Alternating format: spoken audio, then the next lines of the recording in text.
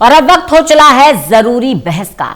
क्या ईरान के साथ समझौते पर अमेरिकी राष्ट्रपति डोनाल्ड ट्रंप फंसते नजर आ रहे हैं? ईरान के साथ डील करते करते एमओयू पर भी डोनाल्ड ट्रंप आ गए हैं। ये सवाल इसलिए खड़े हो रहे हैं क्योंकि लगातार कभी तनाव बढ़ रहा है, कभी सीज फायर को लेकर चर्चा हो रही है, कभी शांति वार्ता पर चर्चा हो रही है, कभी डील की बात होती है। 60 दिन की जुगाड़ डील पर सहमति बनाने की भी खबरें हैं। बातचीत के लिए 60 दिन का टाइम बफर बनाया गया। डील अभी भी ड्राफ्ट ही है। तो अब यहां सवाल यह खड़ा हो रहा है कि ईरान जो अपने रुख को साफ कर चुका है कि वो झुकने वाला नहीं है, और ईरान पर हमला करके अमेरिकी राष्ट्रपति डोनाल्ड ट्रंप जहां ये साबित करना चाहते थे कि वो हर समस्या का समाधान कर सकते हैं, अब वो इस मामले पर कहीं फंसते नजर तो नहीं आ रहे।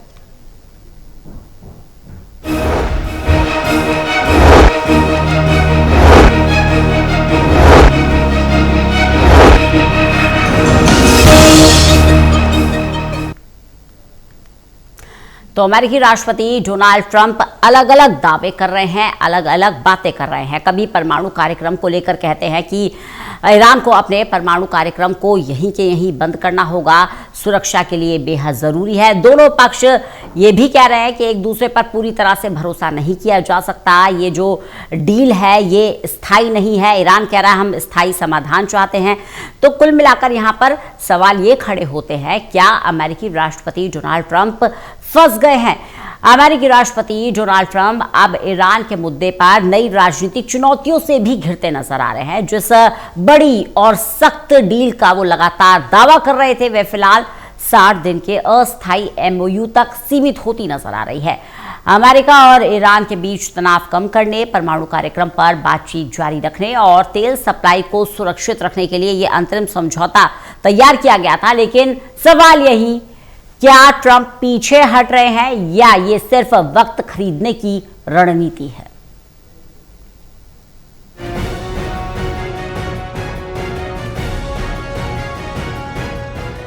अमेरिकी राष्ट्रपति डोनाल्ड ट्रंप अब ईरान मुद्दे पर ऐसी राजनीति और कूटनीति की स्थिति में फंसते दिख रहे हैं जहां उनके पास पूरी जीत का दावा करने की गुंजाइश लगातार कम होती जा रही। कुछ हफ्ते पहले तक ट्रंप प्रशासन ये संदेश दे रहा था कि ईरान पर दबाव बनाकर एक निर्णायक समझौता कराया जाएगा, लेकिन अब मामला स्थायी समझौते से घटकर केवल 60 दिन के अस्थायी एमओयू तक पहुँच गया। अमेरिका और ईरान वार्ताकारों के बीच 60 दिन के युद्ध विराम विस्तार और परमाणु कार्यक्रम पर आगे बातचीत का ड्राफ्ट तैयार हो चुका, लेकिन अंतिम मंजूरी अब भी ट्रंप के हाथ में अटकी हुई है। इस जुगाड़ डील का मकसद फिलहाल हालात को बिगड़ने से रोकना, होर्मुज जलसंधि को खुला रखना और तेल बाजार को स्थिरता बनाए रखना बताया जा रहा है। असल दबाव ट्रंप पर दो तरफ से, एक तरफ रिपब्लिकन पार्टी के कट्टर ईरानी विरोधी नेता चाहते हैं कि अमेरिका बिना ठोस परमाणु प्रतिबंधों के कोई नरमी न दिखाए, वहीं दूसरी तरफ लंबा संघर्ष, बढ़ती तेल कीमतें और वैश्विक अस्थिरता व्हाइट हाउस पर समझौते का दबाव बना रही है।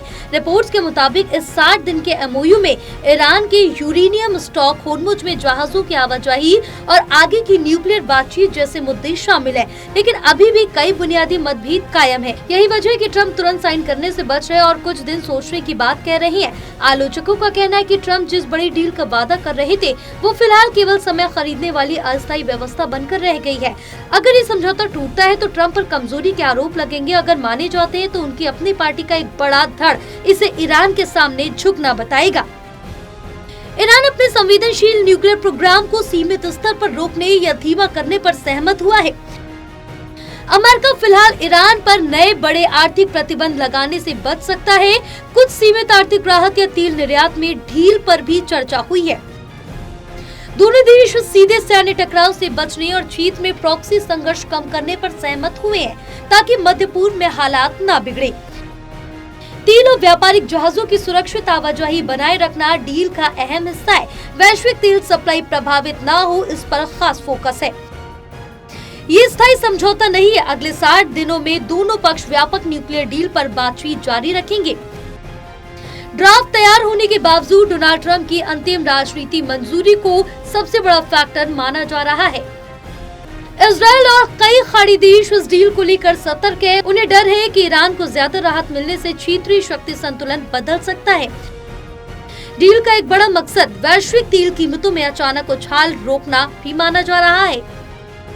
फिलहाल दुनिया की नजर इस बात पर टिकी है कि डोनाल्ड ट्रंप इस एमओयू को अंतिम मंजूरी देते हैं या नहीं, लेकिन इतना साफ है कि ईरान पर कड़ा रुख दिखाने वाले ट्रंप अब समझौते और दबाव की राजनीति के बीच संतुलन बनाने की कोशिश में है। National desk report, total news.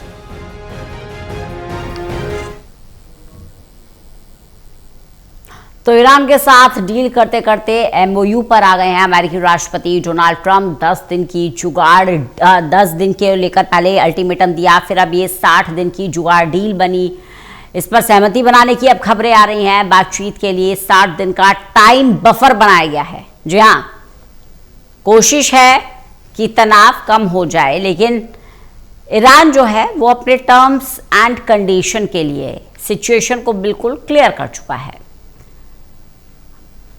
अब इस एमओयू को जुगाड़ डील इसलिए कहा जा रहा है क्योंकि जहां पूरी तरह से शांति वार्ता की बात कही जा रही थी, तनाव को खत्म करने की बात कही जा रही थी, ये कहा जा रहा था एक बार फिर से सब कुछ सुचारू होगा, हॉर्मूज को लेकर जो स्थिति बनी हुई थी वो स्थिति भी पुरानी जैसी हो जाएगी, लेकिन हुआ ऐसा कुछ नहीं। अब बात आ गई है जुगाड़ डील की। और हमारे साथ खास मेहमान जुड़े हुए हैं, आरके आर्य जी जुड़े हुए हैं, अर्थशास्त्री हैं रंजीत राय जी, रक्षा विशेषज्ञ भी हमारे साथ जुड़े हुए हैं। पहले आरके आर्य जी के पास जाऊंगी सर, क्योंकि नफा और नुकसान जो देखा जाता है उसमें सबसे पहला पैमाना होता है आपकी आर्थिक स्थिति का। क्या ये मानकर चलें कि इस लड़ाई में अच्छी खासी आर्थिक मार अमेरिका पर भी पड़ी है, इसलिए अमेरिकी संसद में भी खुद ट्रंप के सांसद यानी कि जिन्हें सीनेट कहा जाता है वो भी ट्रंप के खिलाफ अपनी नाराजगी को जाहिर करते नजर आए थे। यही आर्थिक मोर्चा है जो सबसे बड़ा फेलियर साबित हो रहा है अमेरिका के लिए। इसका जो आपका ऑयल का प्राइसेस और दूसरी जो कमोडिटीज वहां प्रोड्यूस होती हैं गल्फ कंट्रीज में, उनके आने जाने में भी नुकसान हो रहा है और ट्रेड भी दोनों तरफ से नुकसान हो रहा है। और ये वाला पहुंच गया है वहां पे नुकसान अमेरिका के लोगों को, जो फील कर रहे हैं कि ये जो महंगाई है ये सिर्फ वेस्ट एशिया की वजह से ही बढ़ रही है। तो यूएस जो स्टार्ट किया था कि हम इसको न्यूक्लियर वेपन नहीं बनाने देंगे और वहां पर हम तख्ता पलट देंगे, पर तख्ता वहां पलटा नहीं गया और वही की वही जो शासन था उसी तरह का ही जो पहले प्रेसिडेंट था उसी का लड़का ही बैठ गया। तो कोई ऐसी डेमोक्रेसी वगैरह वहां पे नहीं आई। तो अब फिर ईरान ने यूएस ने सोचा कि हम आर्मी के माध्यम से ही, मिलिट्री के माध्यम से ही इसको जीत के दिखाएंगे, परंतु उसमें भी काफी म्यूनिनेशन जल गया, काफी आर्म्स एंड आर्सेनल यूज हो गए, परंतु स्थिति वहीं की वहीं है। तो जब इतना नुकसान भी होता जा रहा है और दिखता है कि कुछ हासिल नहीं होगा, एक जो मुद्दा है वो ईरान वाला, ईरान ये कभी नहीं हटेगा कि वो यूरेनियम एनरिचमेंट ना करे। पहले पिछली बार जब बात हुई थी, जब इंटरनेशनल एटॉमिक एजेंसी ने बात किया था तो 3.27% एनरिचमेंट था, अब 4.5% है, जो कि यही इंटरनेशनल एटॉमिक एजेंसी बता रही है। तो डेफिनेटली ईरान जो है वेस्ट एशिया पर पूरा कंट्रोल चाहता है और वो देख रहा है कि जो इजराइल की टेरिटोरियल डिस्प्यूट्स है वो इसी कारण से ही है, क्योंकि इजराइल के पास भी काफी न्यूक्लियर वेपन्स है। क्योंकि जब नॉन प्रोलिफरेशन ट्रीटी पे साइन करने थे 5 कंट्रीज को तो अलाउड था कि वो न्यूक्लियर वेपन्स बना सकते हैं, जैसे यूनाइटेड स्टेट्स है, सोवियत यूनियन थी, अब रशिया हो गया, फ्रांस है और इंग्लैंड है, तो वो तो कर सकते थे। परंतु नॉन प्रोलिफरेशन ट्रीटी पे पहले भी साइन नहीं किए थे ईरान ने, और वो ये मंशा है ही उनकी, क्योंकि वेस्ट एशिया बड़ा वोलेटाइल है और ऐसे इजराइल और इनकी अलाइज का कब्जा हो जाएगा। तो डेफिनेटली वो चाह रहा है कि ये हम नहीं होने देंगे, हम तो न्यूक्लियर वेपन्स के साथ ही लड़ेंगे, क्योंकि यूनाइटेड स्टेट्स और इजराइल से लड़ना इतना आसान काम नहीं है बिना न्यूक्लियर वेपन्स के। तो और इसीलिए लेबनान और इसका इजराइल का भी युद्ध जो है इसी स्ट्रेंथ पर बढ़ जाता है। हिजबुल्लाह जो है वो ये कहते हैं कि आप अगर मान लीजिए हमारे को थोड़ा भी तंग करेंगे तो हम भी ईरान की मदद से आपको छोड़ेंगे नहीं बिल्कुल भी। तो इजराइल का भी जो है वो टेरिटोरियल डिस्प्यूट है, इसीलिए अमेरिका को एक तो अपने एलाइज देखने हैं, यूनाइटेड अरब एमिरेट्स है, सऊदी अरबिया है और इस तरह से बहरीन है, परंतु जहां पर तेल निकलता है क्योंकि वहां पे अमेरिका का बिजनेस बहुत ज्यादा है। और इस तरफ जो है ईरान जो है वो ये कभी भी नहीं कम करेगा कि ये इन्हीं का ही, इजराइल और अमेरिका का ही वेस्ट एशिया पर दबाव हो जाए। तो ये जो सस्पेंस है ये बना हुआ है। ट्रंप के सामने अब दो बातें हैं, एक तो इसको यहीं पे छोड़ दे जहां कहीं पे भी है, जैसे पहले ओबामा ने छोड़ दिया था, जहां कहीं है वहीं पे था। तो जैसे जैसे होता तो तब देखी जाती, कब होता कब नहीं होता। लेकिन सर अब ये तो जो सिचुएशन बदली है इसमें छोड़ देना भी शायद इतना आसान नहीं होगा। रंजीत राय जी भी हमारे साथ जुड़े हुए हैं, रक्षा विशेषज्ञ हैं। सर सोशल मीडिया पर सबको अपनी बात रखने की इजाजत है, अलग अलग ब्लॉग्स भी हम पढ़ते हैं। अब ईरान का ये युद्ध जो है ये डोनाल्ड ट्रंप के लिए वो हड्डी बन गया है, ना उगले बन रहा है ना निगले बन रहा है। बड़े टॉर के साथ जो हमला किया था, एक्शन मोड दिखाई दे रहा था अमेरिका का, वो अब डिफेंसिव मोड में नजर आ गया है। अब प्रॉक्सी वॉर में स्थायी शांति ढूंढ रहे हैं। वॉर की बात छोड़िए, इसकी टर्म भी बदल गई है, प्रॉक्सी वॉर हो गया है, जो लगातार युद्ध की धमकी हो रही थी। अब एक जुगाड़ डील की बात यहां पर हो रही है, जुगाड़ एमओयू। तो क्या समझा जाए अमेरिका के इस स्टैंड को? सोशल मीडिया पे बहुत बहस हो रही है, क्या हो रहा है, ये बातें लंबी चल रही हैं। कुछ सहमति लग रही है अमेरिका के साइड पे, लेकिन आपने नोटिस टू अपीयर एनटीए के बारे में भी बोला कि उस देश में कुछ गुस्सा है कि आगे नहीं बढ़ रहे इस लड़ाई को खत्म करने के लिए। महंगाई हो गई, आर्य साहब के आपने ये भी समझा है, लेकिन ऐसा है कि अब ईरान मांग रहा है कि उसकी जो मांग है 24 बिलियन डॉलर की, वहां जो सैंक्शंस हैं वो अमेरिका इसको हटा दे। नाउ ये इकोनॉमिक प्रॉब्लम है।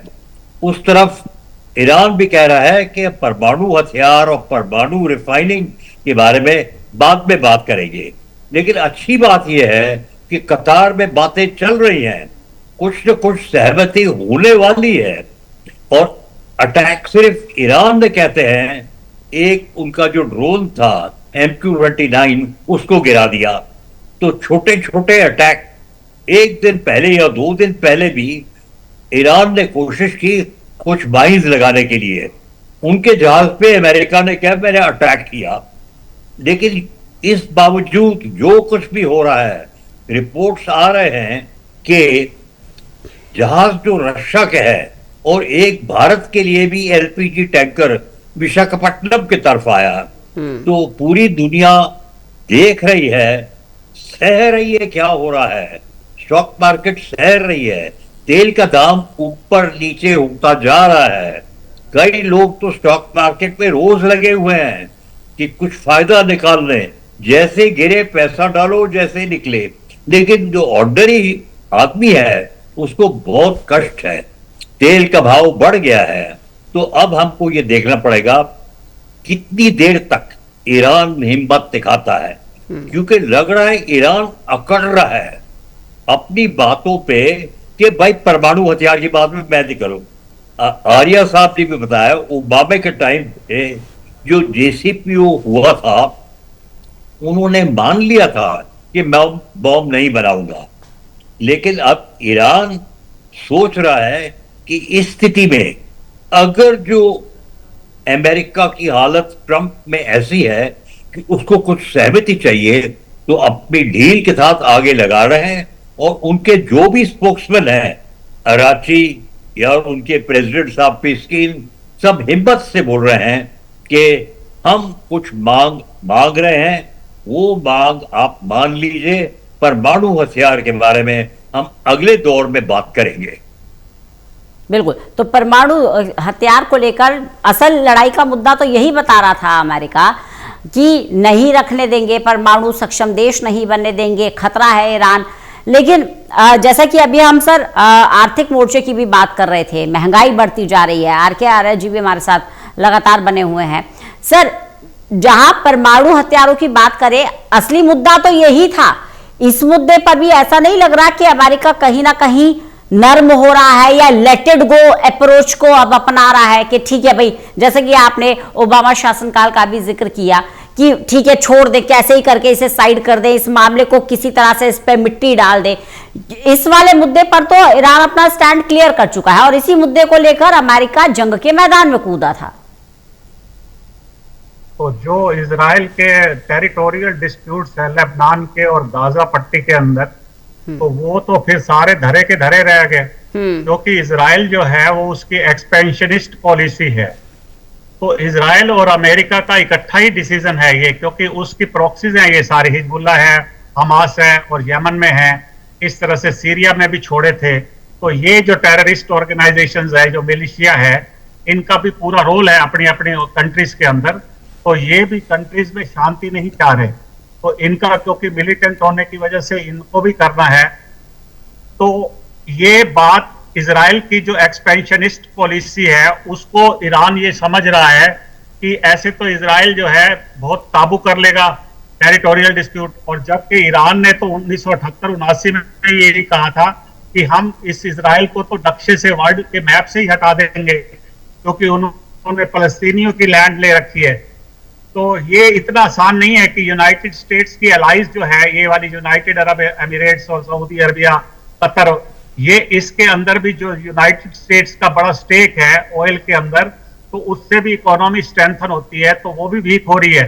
तो अगर मान लीजिए ईरान को यहां पर छोड़ दिया, इसके अंदर दो कॉन्सिक्वेंसेस हो सकते हैं। एक तो ईरान जो है एनरिचमेंट करता रहेगा, क्योंकि ईरान न्यूक्लियर जो इंस्टॉलेशंस थी उसको तो ध्वस्त कर नहीं पाया, ना तो इजराइल कर पाया, ना यूनाइटेड स्टेट्स कर पाया। उन्होंने किस तरह से इसको सीक्रेट रखा हुआ है, क्योंकि उनको भी तो वेस्ट एशिया में सर्वाइव करना है। दूसरा ये है कि अगर अभी हथियार डाल दिए तो ईरान तो कभी भी न्यूक्लियर वेपन से इन वेस्ट एशियन स्टेट्स को खत्म कर देगा और अमेरिका को बाहर कर देगा। तो अमेरिका की इकोनॉमी बहुत डूबेगी और डॉलर की हालत भी बहुत खराब हो जाएगी। वो शायद इनको गवारा करती है, रशिया और चाइना को। तो ये मेरे ख्याल से दोनों चीजें जो है मुश्किल है, और इसीलिए ये वॉर जो है, मैंने पिछली बार भी कहा था, ये लंबा चलेगा। या तो मिलिट्री का यूज चलता रहे तो देखिए कि न्यूक्लियर इंस्टॉलेशन बर्बाद हो जाए, और एग्रीमेंट तो नहीं करेगा, बिल्कुल ईरान बिल्कुल नहीं करेगा, क्योंकि फिर ईरान का वेस्ट एशिया में अस्तित्व भी खत्म हो जाएगा। बिल्कुल। रंजीत राय जी, देखिए हम प्रेशर टैक्टिक को लेकर भी बात करते रहे हैं कि अमेरिका बार बार धमकाता है, एक प्रेशर क्रिएट करने की कोशिश करता है। अभी 2 दिन पहले ही हॉर्मुज में अटैक भी किया था। अब शांति वार्ता को भी पैरेलल लेके चल रहे हैं। देखिए प्यार और वार एक साथ नहीं चल सकता, ये तो हम अक्सर सुनते आए हैं, लेकिन अमेरिका कहीं ना कहीं दोनों चीजों को पैरेलल लेने की कोशिश कर रहा है। और जिस ओवर कॉन्फिडेंस का शिकार डोनाल्ड ट्रंप हमेशा रहे हैं, क्या ऐसा नहीं लग रहा ईरान भी अब उसी ओवर कॉन्फिडेंस के जोन में आगे बढ़ रहा है? तब आपने बिल्कुल ठीक बोला। ईरान की जो तकलीफ होगी आर्थिक स्थिति की, बहुत ही ज्यादा होगी, लेकिन लग रहा है उनके लोग अब रेवोल्यूशन नहीं कर रहे। अगर जो आर्थिक स्थिति ईरान की इतनी खराब थी, तो या तो मीडिया बंद हो रखा है, लेकिन हमारे रिपोर्टर्स भी है ईरान में, ये दिखा रहे हैं कि लोग वहां सह रहे हैं जो हो रहा है, उनको हिम्मत आ गई। देखिए देश में होती है कि हिम्मत होनी चाहिए। हमने भी काफी लड़ाई भारत में देखी। 1971 क्या हिम्मत हो गई थी भारत की, तमाम अमेरिका मदद कर रही थी पाकिस्तान का, लेकिन अब लग रहा है आप बोल रहे हैं ओवर कॉन्फिडेंस। हाँ, ओवर कॉन्फिडेंस नहीं, कुछ हित है उस देश में कि हम नीचे झुक जाएंगे, लेकिन अब ट्रंप को कुछ हमारी बातें सुननी पड़ेगी। और हम ये भी देख रहे हैं कि ये हूतीज को कंट्रोल में रखा है। अरे एयरक्राफ्ट कैरियर निकल गया वहां से, काफी जोर जहाज जा रहे हैं। अमेरिका ने गवर्नमेंट के साथ बोला था ब्लॉकेड है, कि लग रहा है वो रशिया, भारत और चीन के जहाज को जाने दे रहे हैं। और जाने दे रहे हैं। जब ईरान कहता है आप हॉर्मूज से जा सकते हैं, तो ईरान और अकड़ा हुआ है अभी भी। कुछ न कुछ सोशल मीडिया और मीडिया में भी आ रहा है कि उनको एक अथॉरिटी चाहिए, हॉर्मूज की अथॉरिटी चाहिए, ताकि मैं हॉर्मूज को सुरक्षा के लिए कुछ टोल की बात नहीं कर रहा, मैं मेंटेनेंस के लिए, मेंटेनेंस के पैसे मांगूंगा।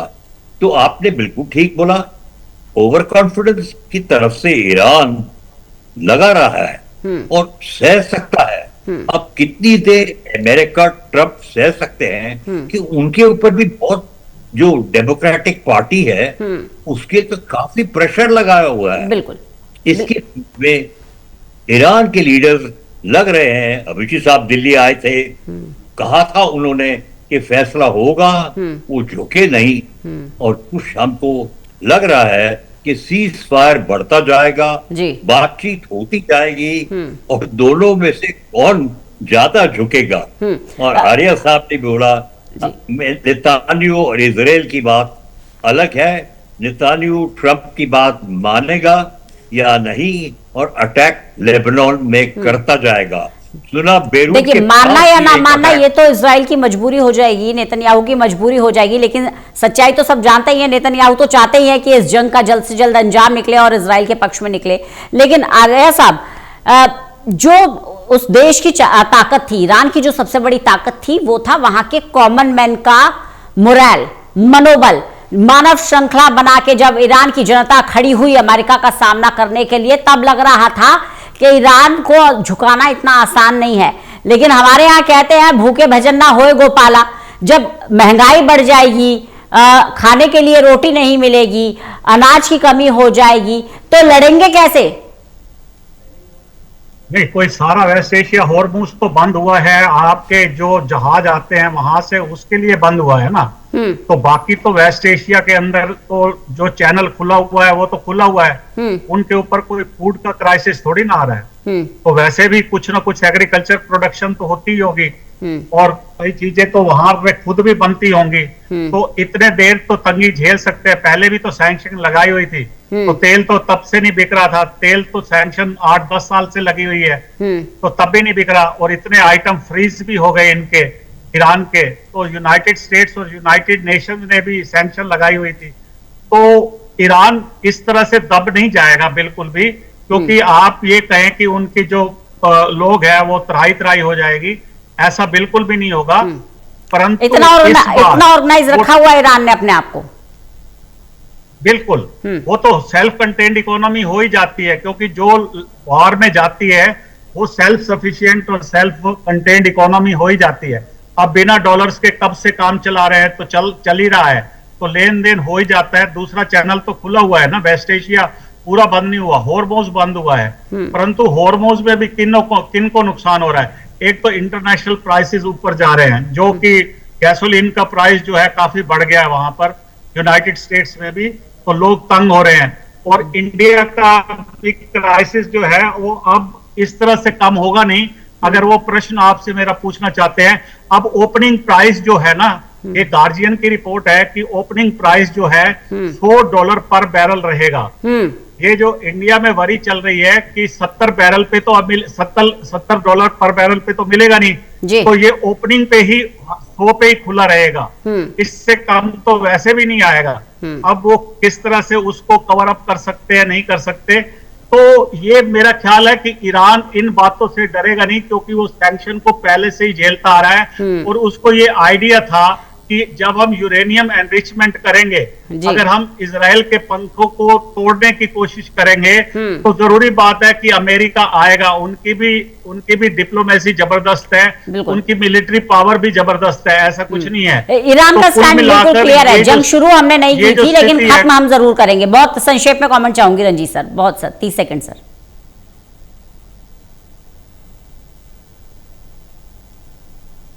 रंजीत सर सुन पा रहे हैं आप मुझे? हाँ जी बोलिए सर। बहुत शॉर्ट कमेंट चाहूंगी आपसे। ईरान का स्टैंड, यानी कि स्टैंड भी और मैसेज भी बिल्कुल क्लियर है कि जंग शुरू हमने नहीं की थी, लेकिन खत्म हम अपनी टर्म्स और कंडीशन पर करेंगे। पहले आप बोल सकते हैं कि ईरान कह रहा है कि हम खत्म करेंगे अपने टर्म्स पे, क्योंकि उनको दिख रहा है कि ट्रंप साहब ने मान लिया है कि किसी न किसी तरह जी। कुछ न कुछ फैसला होना चाहिए। हम्म। और अगर तो उनको ये इंटेलिजेंस एनालिसिस रशिया और चाइना से मिल रहा है, आपको पता होना चाहिए कि कुछ न कुछ तेल उनका बिक रहा है, कोई न कोई देश उनको पैसा दे रहा ये है। वो बात हो गई अरे सर, भारत दिखाना नहीं है, लेकिन जो अंदर की नींव मजबूत कर रखी थी ईरान ने, तभी इतना टिक गया। बहुत बहुत शुक्रिया आप दोनों ही मेहमानों का हमारे साथ चर्चा में शामिल होने के लिए। तो एक तरफ अमेरिकी राष्ट्रपति डोनाल्ड ट्रंप, जिन्होंने ताबड़तोड़ हमले ईरान पर किए, सोचा नहीं था कि ईरान इतना मजबूती से पलटवार करेगा, पलटवार भी किया, लड़ाई में टिका भी हुआ है। और अब वहीं लगातार डील का दबाव बनाने वाले ट्रंप अब एमओयू पर आ गए हैं। अब इसे क्या कहें, वक्त की मांग या फिर अपनी इज्जत बचाने के लिए ट्रंप कोई ऑल्टरनेट ढूंढ रहे हैं। खबरें लगातार जारी, एक बहुत छोटे से ब्रेक के लिए रुक रहे हैं।